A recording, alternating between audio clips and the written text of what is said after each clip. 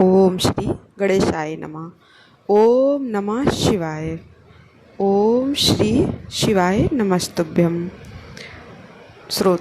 प्रिय श्रोताओं, आज सुनिए शिव महापुराण कथा में आगे का वृतांत। ब्रह्मा जी कहते हैं, नारद, मैना के सामने महातेजस्विनी कन्या होकर लौकिक गति का आश्रय लेकर वह कन्या रोने लगी।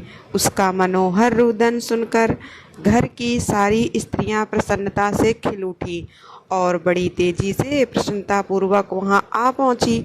नील कमल दल के समान श्याम कांत वाली उस परम तेजस्विनी और मनोहर कन्या को देखकर गिरिराज हिमालय अतिशय आनंद में डूब गए। इसके बाद सुंदर मुहूर्त में मुनियों के साथ हिमवान ने अपनी पुत्री के काली आदि सुखदायक नाम रखे। देवी शिवा गिरिराज के भवन में दिनों दिन बढ़ने लगी। ठीक उसी तरह जैसे वर्षा के समय में गंगा जी का जल राशि और शरद ऋतु के शुक्ल पक्ष में चंद्रमा बढ़ता है। सुशीलता आदि गुणों से संयुक्त तथा बंधुजनों की प्यारी उस कन्या को परिवार के लोग अपने कुल के अनुरूप पार्वती नाम से पुकारने लगे। माता ने कालिका को उमा अर्थात तपस्या मत कर कहकर तप करने से रोका था। मुनि इसलिए वह सुंदर मुख वाली गिरिराज नंदिनी आगे चलकर लोक में उमा के नाम से विख्यात हो गई। नारद इसके बाद जब विद्या के उपदेश का एक समय आया, तब शिवा देवी अपने चित्त को एकाग्र करके बड़ी ही प्रसन्नता के साथ श्रेष्ठ गुरु से विद्या पढ़ने लगी। पूर्व जन्म की सारी विद्याएं उन्हें उसी तरह प्राप्त हो गईं जैसे शरद काल में हंसों की पात अपने आप स्वर्ग गंगा के तट पर पहुंच जाती है और रात्रि में अपना प्रकाश स्वतः महा औषधियों को प्राप्त हो जाता है। मुने, इस प्रकार मैंने शिवा की किसी एक लीला का ही वर्णन किया है। अब अन्य लीला का भी वर्णन करूँगा, सुनो। एक समय की बात है, तुम भगवान शिव की प्रेरणा से प्रसन्नता पूर्वक हिमाचल के घर गए। मुन, तुम शिव तत्व के ज्ञाता और उनकी लीला के जानकारों में श्रेष्ठ हो। नारद, गिरिराज हिमालय ने तुम्हें घर पर आया देख प्रणाम करके तुम्हारी पूजा की और अपनी पुत्री को बुलाकर उससे तुम्हारे चरणों में प्रणाम करवाया।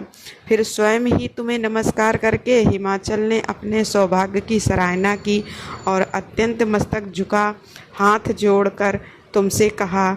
हिमालय बोले, हे नारद, हे ब्रह्मा पुत्रों में श्रेष्ठ ज्ञानवान प्रभु, आप सर्वज्ञ हैं और कृपा पूर्वक दूसरों के उपकार में लगे रहते हैं।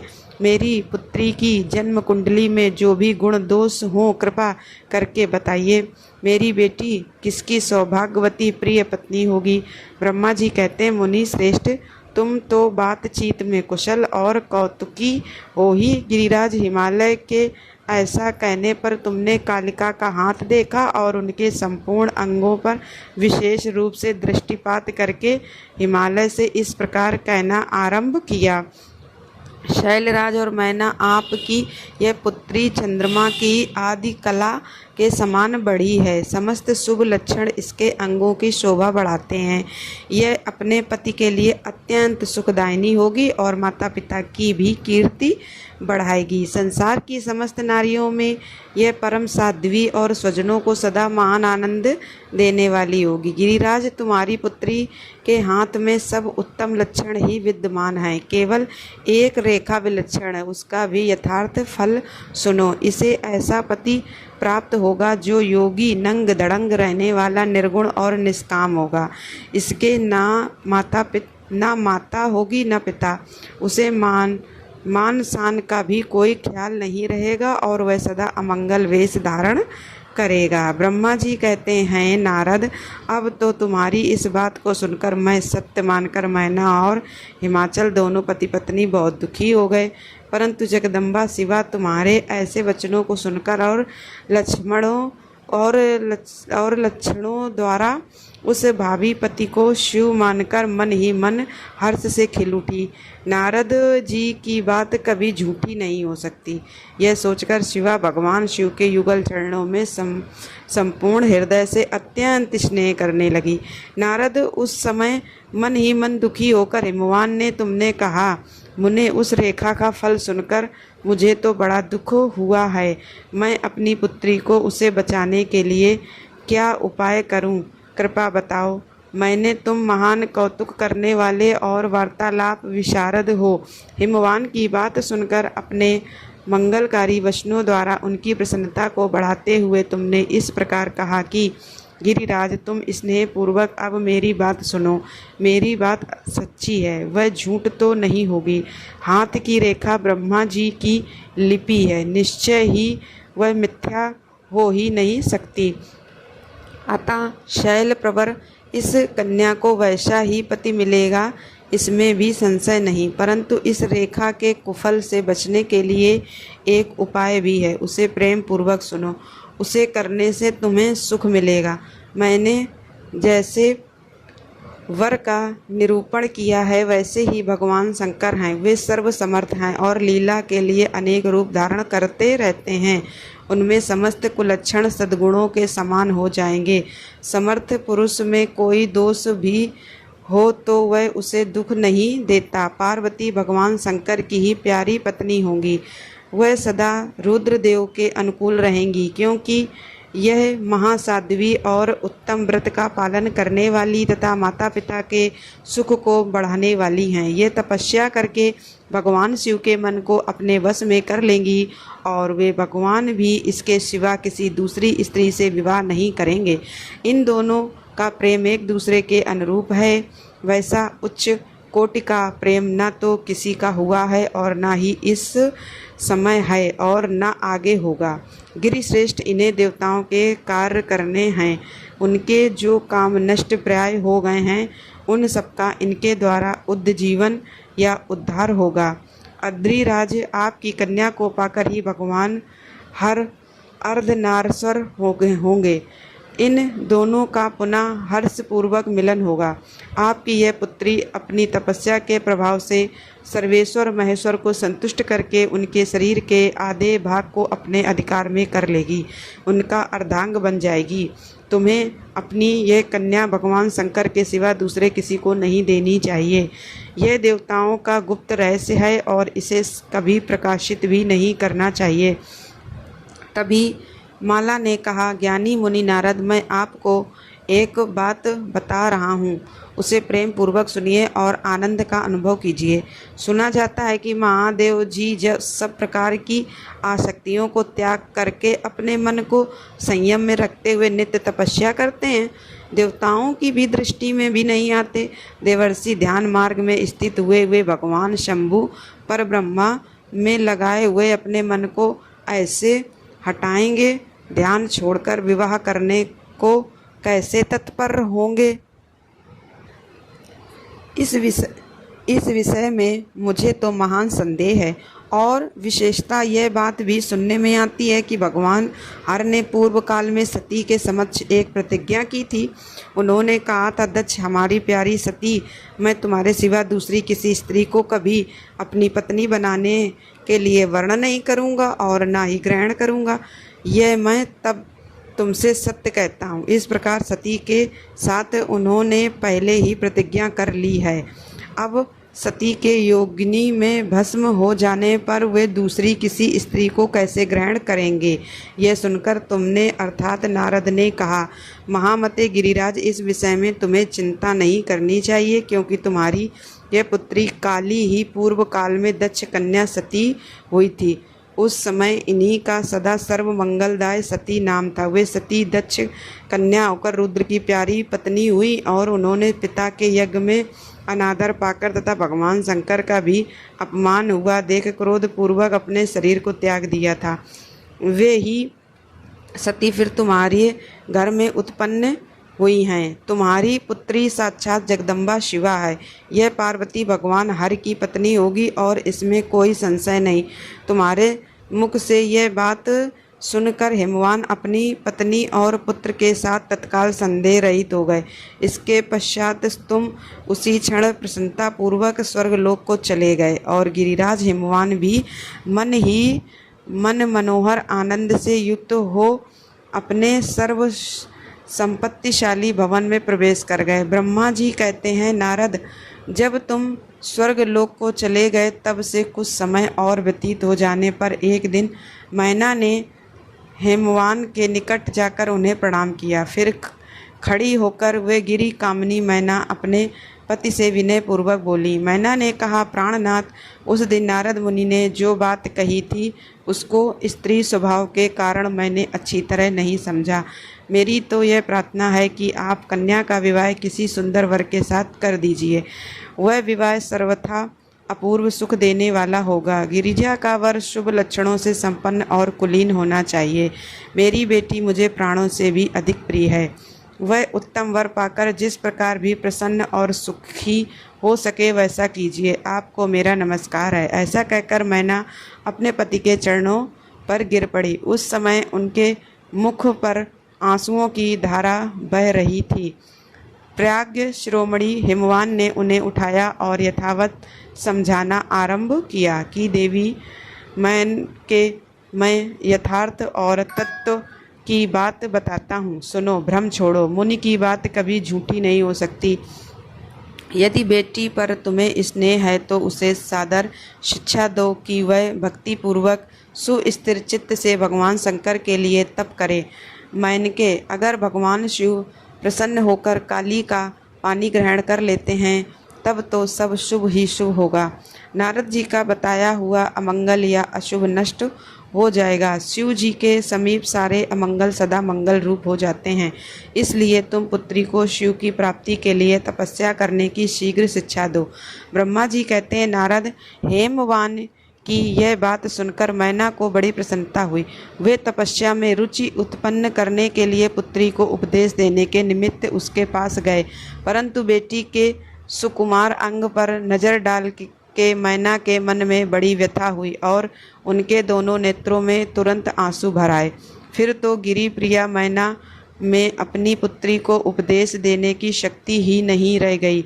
अपनी माता की उस चेष्टा को पार्वती जी शीघ्र ही ताड़ गईं और वे सर्वज्ञ परमेश्वरी कालिका देवी माता को बारंबार आश्वासन देकर बोली कि माँ, तुम बड़ी समझदार हो, मेरी यह बात सुनो। आज पिछली रात्रि के समय ब्रह्म मुहूर्त में मैंने एक स्वप्न देखा है, उसे बताती हूँ। माता जी, स्वप्न में एक दयालु और तपस्वी ब्राह्मण ने मुझे शिव की प्रसन्नता के लिए उत्तम तपस्या करने का प्रसन्नता पूर्वक उपदेश दिया है।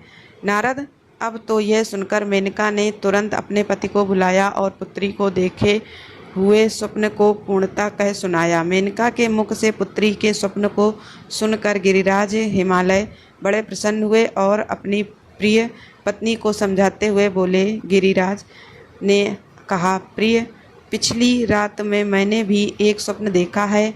मैं आदरपूर्वक उसे बताता हूँ, तुम भी उसे सुनो। एक बड़े तपस्वी थे नारद, जिन्हें वर के जैसे लक्षण बताए थे उन्हीं लक्षणों से युक्त शरीर को उन्होंने धारण कर रखा था और वे बड़ी प्रसन्नता के साथ मेरे नगर के निकट तपस्या करने के लिए आए। उन्हें देखकर मुझे बड़ा हर्ष हुआ और मैं अपनी पुत्री को साथ लेकर उनके पास गया। उस समय मुझे ज्ञात हुआ कि नारद जी के बताए हुए वर भगवान शंभु यही हैं। तब मैंने उन तपस्वी की सेवा के लिए अपनी पुत्री को उपदेश देकर उनसे भी प्रार्थना की कि वे इसकी सेवा स्वीकार करें, परंतु उस समय उन्होंने मेरी बात नहीं मानी। इतने में ही वहाँ सांख्य और वेदांत के अनुसार बहुत बड़ा विवाद छिड़ गया और उसके बाद उनकी आज्ञा से मेरी बेटी वहीं रह गई और अपने हृदय में उन्हीं की कामना रखकर भक्ति पूर्वक उनकी सेवा करने लगी। सुमुखी, यही मेरा देखा हुआ स्वप्न है जिसे मैंने तुम्हें बता दिया। अतः प्रिय, मैंने कुछ काल तक इस स्वप्न के फल की परीक्षा करनी चाहिए। इस समय यही उचित ज्ञान जान पड़ता है। अब तुम निश्चित समझो, यही मेरा विचार है। ब्रह्मा जी कहते हैं, मुनीश्वर, ऐसा कहकर गिरिराज, हिमवान और मेनका शुद्ध हृदय से उस स्वप्न के फल की प्रतीक्षा और परीक्षा करने लगे। देवर्षि भगवान शंकर का यश परम पावन, मंगलकारी, भक्ति वर्धक और उत्तम है। तुम इसे आदर पूर्वक सुनो। दक्ष यज्ञ से अपने निवास स्थान कैलाश पर्वत पर आकर भगवान शंभु प्रिया विरह से कातर हो गए और प्राणों से भी अधिक प्यारी सती का हृदय से चिंतन करने लगे। अपने पार्षदों को बुलाकर सती के लिए शोक करते हुए उनके प्रेम पूर्वक गुणों का अत्यंत प्रीतिपूर्वक वर्णन करने लगे। यह सब उन्होंने सांसारिक गति को दिखाने के लिए किया। सती के विरह से दुखित हो कहीं भी उनका दर्शन न पाकर भक्त कल्याणकारी भगवान शंकर पुनः कैलाश गिरी पर लौट आए और मन को अत्यंत पूर्वक एकाग्र करके उन्होंने समाधि लगा ली। तदनंतर जब असंख्य वर्ग व्यतीत हो गए तब उन्होंने समाधि छोड़ी। उसके बाद तुरंत ही जो चरित्र हुआ उसे मैं तुम्हें बताता हूँ। भगवान शिव के ललाट से उस समय श्रम जनित पसीने की एक बूंद पृथ्वी पर गिरी और तुरंत एक शिशु के रूप में परिणत हो गई। मुने, उस बालक के 4 भुजाएं थीं, शरीर की कांत लाल थी और आकार मनोहर था। दिव्य द्युति से दीप्तमान वह शोभाशाली बालक अत्यंत दुस्सह तेज से संपन्न था। फिर भी उस समय लोकाचार परायण परमेश्वर शिव के आगे वह साधारण शिशु की तरह रोने लगा। यह देखकर पृथ्वी भगवान शंकर से भयमान उत्तम बुद्धि से विचार करने के बाद सुंदरी स्त्री का रूप धारण करके वहीं प्रकट हो गई। उन्होंने उस सुंदर बालक को तुरंत उठाकर अपनी गोद में रख लिया और अपने ऊपर प्रकट होने वाले दूध को ही स्तन के रूप में उसे पिलाने लगी। उन्होंने स्नेह से उसका मुंह चूमा और अपना ही बालक मान हंस हंस कर उसे खिलाने लगी। परमेश्वर शिव का हित साधन करने वाली पृथ्वी देवी सच्चे भाव से स्वयं उसकी माता बन गईं। संसार की सृष्टि करने वाले परम कौतुकी एवं विद्वान अंतर्यामी शंभु वह चरित्र देखकर हंस पड़े और पृथ्वी को पहचान कर उनसे बोले, धरणी, तुम धन्य हो। मेरे इस पुत्र का प्रेम पूर्वक पालन करो।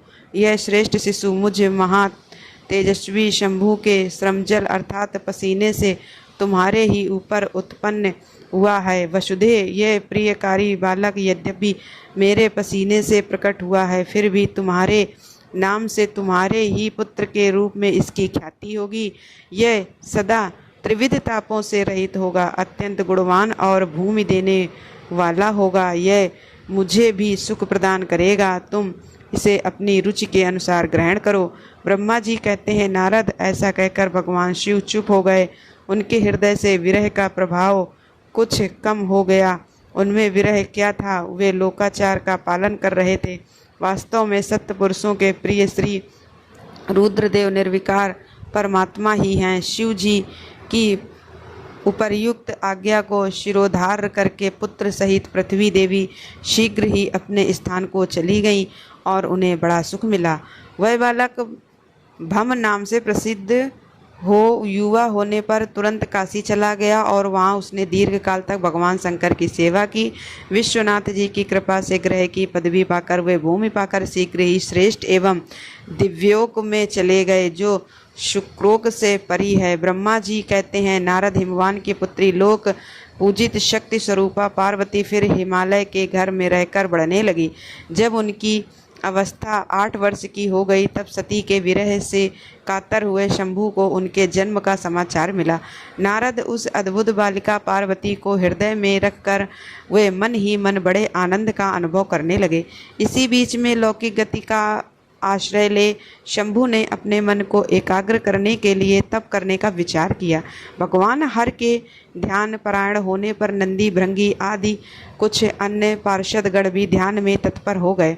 उस समय कुछ ही प्रमग परमात्मा शंभु की सेवा करते थे। वे सब के सब मौन रहते और एक शब्द भी नहीं बोलते थे।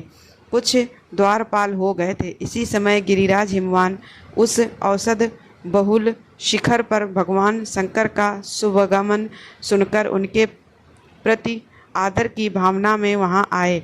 आकर सेवकों सहित गिरिराज ने भगवान रुद्र को प्रणाम किया, उनकी पूजा की और अत्यंत प्रसन्न हो हाथ जोड़ उनका सुंदर स्तवन किया। फिर हिमालय ने कहा, प्रभु मेरे सौभाग्य का उदय हुआ है जो आप यहाँ पधारे हैं। आपने मुझे स्नात कर दिया। क्यों ना हो, महात्माओं ने यह ठीक ही वर्णन किया कि आप दीन वत्सल हैं। आज मेरा जन्म सफल हो गया, आज मेरा जीवन सफल हो गया और आज मेरा सब कुछ सफल हो गया, क्योंकि आपने यहाँ पदार्पण करने का कष्ट उठाया है। महेश्वर, आप मुझे अपना दास समझकर शांत भाव से मुझे सेवा के लिए आज्ञा दीजिए। मैं बड़ी प्रसन्नता से अन्वित होकर आपकी सेवा करूँगा। ब्रह्मा जी कहते हैं, नारद गिरि राज का यह वचन सुनकर महेश्वर ने किंचित आंखें खोलीं और सेवकों सहित हिमवान को देखा। सेवकों सहित गिरिराज को उपस्थित देख ध्यान योग में स्थित हुए जगदीश्वर वृषभ ध्वज ने मुस्कुराते हुए से कहा कि शैलराज, मैं तुम्हारे शिखर पर एकांत में तपस्या करने के लिए आया हूँ। तुम ऐसा प्रबंध करो जिससे कोई भी मेरे निकट न आ सके। तुम महात्मा हो, तपस्या के आगे धाम हो तथा मुनियों, देवताओं, राक्षसों और अन्य महात्माओं को भी सदा आश्रय देने वाले हो। द्विज आदि का तुम्हारे ऊपर सदा ही निवास रहता है। यहाँ गंगा अवतरण स्थल में तुम्हारे आश्रित होकर आत्म संयम पूर्वक बड़ी प्रसन्नता के साथ तपस्या करूँगा। शैलराज गिरिश्रेष्ठ, जिस साधन से यहाँ मेरी तपस्या बिना किसी विघ्न बाधा के चालू रह सके, उसे इस समय प्रयत्नपूर्वक करो। पर्वत प्रवर, मेरी यह सबसे बड़ी सेवा होगी। तुम अपने घर जाओ और मैंने जो कुछ कहा है उसका उत्तम प्रीति से यत्नपूर्वक प्रबंध करो। ब्रह्मा जी कहते हैं, नारद, ऐसा कहकर सृष्टिकर्ता जगदीश्वर भगवान शंभु चुप हो गए। उस समय गिरिराज ने शंभु से प्रेम पूर्वक यह बात कही, जगन्नाथ परमेश्वर, आज मैंने अपने प्रदेश में स्थित हुए आपका स्वागत पूर्वक पूजन किया है। यह मेरे लिए महान सौभाग्य की बात है। अब आपसे और क्या प्रार्थना करूं? महेश्वर, कितने ही देवता बड़े बड़े यत्न का आश्रय ले महान तप करके भी आपको नहीं पाते, वे ही आप यहाँ स्वयं उपस्थित हो गए। मुझसे बढ़कर श्रेष्ठ सौभाग्यशाली और पुण्यात्मा दूसरा कोई नहीं है, क्योंकि आप मेरे पृष्ठभाग पर तपस्या के लिए उपस्थित हुए हैं। परमेश्वर, आज मैं अपने को देवराज इंद्र से भी अधिक भाग्यवान मानता हूँ, क्योंकि सेवकों सहित आपने यहाँ आकर मुझे अनुग्रह का भागी बना दिया। देवेश, आप स्वतंत्र हैं, यहाँ बिना किसी विघ्न बाधा के उत्तम तपस्या कीजिए। प्रभु, मैं आपका दास हूँ, अतः सदा आपकी आज्ञा के अनुसार सेवा करूँगा। ब्रह्मा जी कहते हैं, नारद, ऐसा कहकर गिरिराज हिमालय तुरंत अपने घर को लौट आए। उन्होंने अपनी प्रिया मैना को बड़े आदर से वह सारा वृतांत कह सुनाया। इसके बाद शैलराज ने साथ जाने वाले परिजनों को और समस्त सेवक गणों को बुलाकर उन्हें ठीक ठीक समझाया। हिमालय बोले, आज से कोई भी गंगा अवतरण नामक स्थान में, जो मेरे पृष्ठभाग में ही है, मेरी आज्ञा मानकर वहाँ ना जाए। यह मैं सच्ची बात कहता हूँ। अगर कोई वहाँ जाएगा तो उस महादुष्ट को मैं विशेष दंड दूंगा। मुनि इस प्रकार अपने समस्त गणों को शीघ्र ही नियंत्रित करके हिमवान ने विघ्न निवारण के लिए जो सुंदर प्रयत्न किया वह तुम्हें बताता हूँ, सुनो। ब्रह्मा जी कहते हैं, नारद, इसके बाद शैलराज हिमालय उत्तम फल फूल लेकर अपनी पुत्री के साथ हर्षपूर्वक भगवान हर के समीप गए। वहाँ जाकर उन्होंने ध्यान परायण त्रिलोकीनाथ शिव को प्रणाम किया और अपनी अद्भुत कन्या काली को हृदय से उनकी सेवा में अर्पित कर दिया। फल फूल आदि सारी सामग्री उनके सामने रखकर पुत्री को आगे करके शैलराज ने शंभु से कहा, भगवान, मेरी पुत्री आप भगवान चंद्रशेखर की सेवा करने के लिए उत्सुक हैं, अतः आपके आराधन की इच्छा से मैं इसको साथ लाया हूँ। यह अपनी 2 सखियों के साथ सदा आप शंकर जी की ही सेवा में रहें। नाथ, यदि आपका मुझ पर अनुग्रह है तो इस कन्या को सेवा के लिए आज्ञा दीजिए। तब भगवान शंकर ने उस परम मनोहर कामरूपिणी कन्या को देखकर आंखें मूंद लीं और अपने त्रिगुणातीत अविनाशी परम तत्वमय उत्तम रूप का ध्यान आरंभ किया। उस समय सर्वेश्वर और सर्वव्यापी जटाजूटधारी वेदांत वेद चंद्र कला विभूषण शंभु उत्तम आसन पर बैठकर नेत्र बंद किए तप में ही लग गए। यह देखकर हिमाचल ने मस्तक झुकाकर पुनः उनके चरणों में प्रणाम किया। यद्यपि उनके हृदय में दीनता नहीं थी, तो भी वे उस समय इस संशय में पड़ गए कि न जाने भगवान मेरी प्रार्थना स्वीकार करेंगे या नहीं। वक्ताओं में श्रेष्ठ गिरिराज हिमवान ने जगत के एकमात्र बंधु भगवान शिव से इस प्रकार कहा, देवदेव महादेव करुणाकार शंकर विभो, मैं आपकी शरण में आया हूँ। आंखें खोलकर मेरी ओर देखिए। शिव सर्व महेशान जगत को आनंद देने वाले प्रभु महादेव, आप संपूर्ण आपत्तियों का निवारण करने वाले हैं। मैं आपको प्रणाम करता हूँ। प्रभु, मैं अपनी इस पुत्री के साथ प्रतिदिन आपका दर्शन करने के लिए आऊँगा, इसके लिए आदेश दीजिए। उनकी यह बात सुनकर महेश्वर ने आंखें खोलकर ध्यान छोड़ दिया। कुछ सोच विचार कर कहा कि गिरिराज, तुम अपनी इस कुमारी कन्या को घर में रखकर ही नित्य मेरे दर्शन को आ सकते हो, अन्यथा मेरा दर्शन नहीं हो सकता। महेश्वर की ऐसी बातें सुनकर शिवा के पिता हिमवान मस्तक झुकाकर उन भगवान से बोले कि प्रभु, यह तो बताइए किस कारण से मैं इस कन्या के साथ आपके दर्शन के लिए नहीं आ सकता? क्या यह आपकी सेवा के योग्य नहीं है? फिर इसे यहाँ न लाने का क्या कारण है? यह मेरी समझ में नहीं आता। यह सुनकर भगवान वृषभ ध्वज शंभु हंसने लगे और बोले, शैलराज, ये कुमारी सुंदर कटी प्रदेश से सुशोभित, तनवंगी, चंद्रमुखी और शुभ लक्षणों से संपन्न है, इसलिए इसे मेरे समीप तुम्हें नहीं लाना चाहिए। इसके लिए मैं तुम्हें बारंबार रोकता हूँ। वेद के पारंगत विद्वानों ने नारी को माया रूपणी कहा है।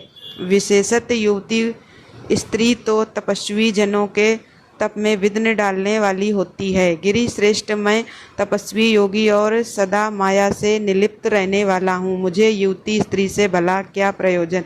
ब्रह्मा जी कहते, नारद, इस तरह की बहुत सी बातें कहकर महायोग शिरोमणि भगवान महेश्वर चुप हो गए। शंभु यह निरामय, निष्प्रह और निष्ठुर वचन सुनकर काली के पिता हिमवान चकित, कुछ व्याकुल और चुप हो गए। तपस्वी शिव जी की कही हुई बात सुनकर और गिरिराज हिमवान को चकित हुआ जानकर भवानी पार्वती उस समय भगवान शिव को प्रणाम करके विशद वचन बोली, योगिन, आपने तपस्वी होकर गिरिराज से यह क्या बात कह डाली? प्रभु, आप ज्ञान विशारद हैं तो भी अपनी बात का उत्तर मुझे सुनाइए। शंभु, आप तप शक्ति से संपन्न होकर ही बड़ा भारी तप करते हैं। उस शक्ति के कारण ही आप महात्मा को तपस्या करने का विचार हुआ है। सभी कर्मों को करने की जो यह शक्ति है, उसे ही प्रकृति जानना चाहिए। प्रकृति से ही सबकी सृष्टि, पालन और संहार होते हैं। भगवान, आप कौन हैं और सूक्ष्म प्रकृति क्या है, इसका जरा विचार कीजिए। प्रकृति के बिना लिंग रूपी महेश्वर कैसे हो सकते हैं? आप सदा प्राणियों के लिए जो अर्चनीय, वंदनीय और चिंतनीय हैं, वह प्रकृति के ही कारण हैं। इस बात को हृदय से विचार कर ही आपको जो कहना हो वह सब कहिए। ब्रह्मा जी कहते हैं, नारद, पार्वती जी के इस वचन को सुनकर महती लीला करने में लगे हुए प्रसन्नचित महेश्वर हंसते हुए बोले, मैं उत्कृष्ट तपस्या द्वारा ही प्रकृति का नाश करता हूँ और तत्वतः प्रकृति रहित शंभु के रूप में स्थित होता हूँ। भगवान शंकर की बात सुनकर पार्वती जी बोली, हे योगीराज, आपने पिता श्री से जो बात कही है उसका उत्तर मैं देती हूँ। आपने जो तप करने का निश्चय किया है, क्या वह शक्ति युक्त नहीं है? यही शक्ति सभी कर्मों की प्रकृति बताई गई है। इसी से इस चराचर संसार का पालन, संहार और रचना होती है। आप इस पर विचार करें कि यह प्रकृति क्या है और आप कौन हैं। यदि प्रकृति न हो तो शरीर तथा स्वरूप किस प्रकार शक्ति का पूजन त्याग करे तो जगत का कार्य चलता रहे। यह सुनकर भगवान शंकर ने कहा, हे पार्वती जी, मैं तप के द्वारा प्रकृति का नाश कर चुका हूँ।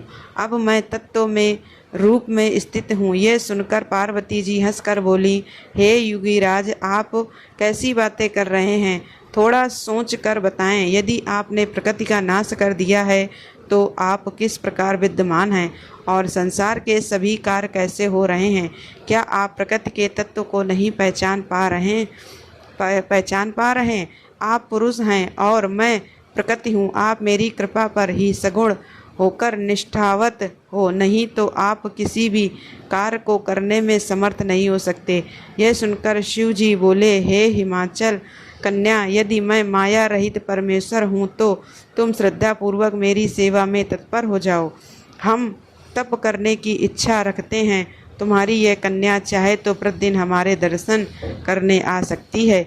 और फिर उसी दिन से पार्वती जी प्रतिदिन शिव जी के दर्शन करने आने लगी। यह षडोपचार पूजन करके प्रतिदिन शरणामृत लेने आने लगी। इधर तारकासुर के डर से पीड़ित हुए मुनि तथा इंद्रादि देवता ब्रह्मा जी से बोले, हे ब्रह्मा जी, कोई ऐसा उपाय कीजिए जिससे शिव जी पार्वती जी को ग्रहण कर लें और हमारा कार्य भी सिद्ध हो जाए। इस कार्य के लिए देवताओं ने कामदेव को भेजा, परंतु शिव जी पर उसका कोई प्रभाव नहीं पड़ा। उल्टे शिव जी ने उसे ही भस्म कर दिया। नारद जी ने ब्रह्मा जी से पूछा, यह तारकासुर कौन था? इसने देवताओं को क्यों पीड़ित कर रखा था? शिव जी ने काम को क्यों भस्म कर दिया? तब ब्रह्मा जी ने बताया, हे नारद, मरीच के पुत्र को कश्यप हुए हैं और उन्हें दक्ष की कन्या अदिति ब्याही थी। उससे हिरण्यकश्यप और हिरण्यक्ष नामक 2 पुत्र हुए, जिनका भगवान श्रीहरि ने वराह और नरसिंह रूप धारण करके वध किया था। उसके पश्चात दत्त के गर्भ को इंद्र ने गिराकर पेट में ही खंड खंड कर दिया।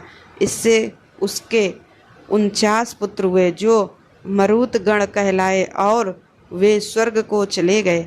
इसके पश्चात दत्ति ने 10,000 वर्ष तक तपस्या की, जिससे प्रसन्न होकर कश्यप जी ने वज्रांग नामक पराक्रमी पुत्र उत्पन्न किया। वज्रांग ने माता दत्ति की आज्ञा से देवताओं को जीतकर उनका राज्य छीन लिया। फिर ब्रह्मा जी और कश्यप जी ने जाकर वज्रांग द्वारा बंदी बनाए गए देवताओं को मुक्त कराया। वज्रांग ने उनका राज्य भी लौटा दिया और ब्रह्मा जी के उपदेश से वह सात्विक भाव वाला व्यक्ति बन गया। ब्रह्मा जी ने उसे एक रूपवती स्त्री प्रदान की। उस स्त्री ने अपने पति से महापराक्रमी श्री हरि को जीतने वाले पुत्र की याचना की। पति से ब्रह्मा जी की उपासना और तप कराकर एक पराक्रमी पुत्र का वरदान मांगा और तब ब्रह्मा जी वरदान देकर ब्रह्मलोक में चले गए। कुछ समय के पश्चात वज्रांग की पत्नी गर्भवती और समय आने पर उसने एक लंबे चौड़े शरीर वाला अति पराक्रमी बालक को जन्म दिया। उसके जन्म के समय समस्त संसार में अपशकुन और उपद्रव होने प्रारंभ हो गए। कश्यप जी ने उसका नाम तारकासुर रखा। कुछ समय बाद ही वह पर्वत के आकार सा बन गया। उसने तप करने के लिए माता से आज्ञा मांगी। माता ने उसे प्रसन्नतापूर्वक आज्ञा प्रदान कर दी। इस प्रकार उसने देवताओं को जीतने की इच्छा से मधुबन में तपस्या की। उसने अपनी भुजाएं ऊपर को उठाकर ऊपर की ओर ही दृष्टि करके एक पैर के अंगूठे पर खड़े होकर 100 वर्ष तक तपस्या की। उसके तप से देवलोक भी जलने लगा। तब ब्रह्मा जी उसके सम्मुख प्रकट हुए। ब्रह्मा जी ने उसे वर मांगने को कहा। इस पर तारकासुर ने ब्रह्मा जी को प्रणाम कर वरदान मांगा कि इस संसार में मेरे समान कोई बलशाली न हो और भगवान शंकर के तेज से उत्पन्न पुत्र ही मेरा शस्त्र द्वारा वध कर सके। तब ब्रह्मा जी तथास्तु कहकर अपने लोक को चले गए। इसके पश्चात ब्रह्मा जी से आज्ञा लेकर शंकराचार्य ने दैत्यों का राजा तारकासुर को नियुक्त कर दिया। वह देवताओं को पीड़ित करता हुआ दंड देने लगा। इंद्र ने भयभीत होकर तारकासुर को खजाना, ऐरावत हाथी, उच्चश्रवा घोड़ा आदि प्रदान किए। ऋषियों ने तारकासुर को कामधेनु गाय प्रदान की।